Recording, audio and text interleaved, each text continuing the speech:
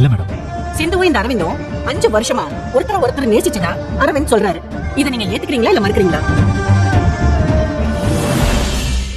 மறுக்கிறேன் madam.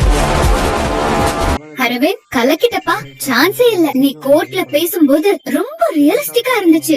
சிந்து எப்படி போய் சொல்லி சிவாவை என்கிட்ட இருந்து பிரிச்சாலும் அதே மாதிரி நீ சிந்துவ சிவா கிட்ட இருந்து பிரிச்சிரு. இது மட்டும் நடந்துச்சுன்னு வையேன், நீ எதிர்பார்க்காத அளவுக்கு நான் பணம் தரேன். அத வச்சு நீ லைஃப்ல செட்டில் ஆயிடு. சரிங்க மேடம்.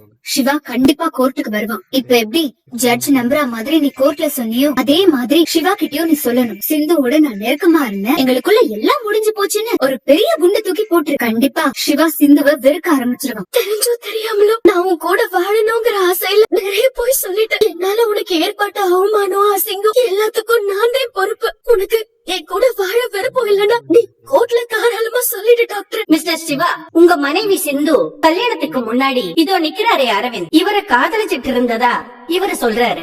ஆனா சிந்து அத மறுக்கிறாங்க. ஆனா அரவிந்த், நான் சிந்துவ காதலிச்சது உண்மை, அவங்க குடும்பத்துக்காக பயந்துதான் அவங்க போய் சொல்றாங்கன்னு அவரு சொல்றாரு. உங்களுக்கும் சிந்துவுக்கும் கல்யாணம் ஆகி எத்தனை மாசம் ஆச்சு? 2 மாசம் ஆகுது.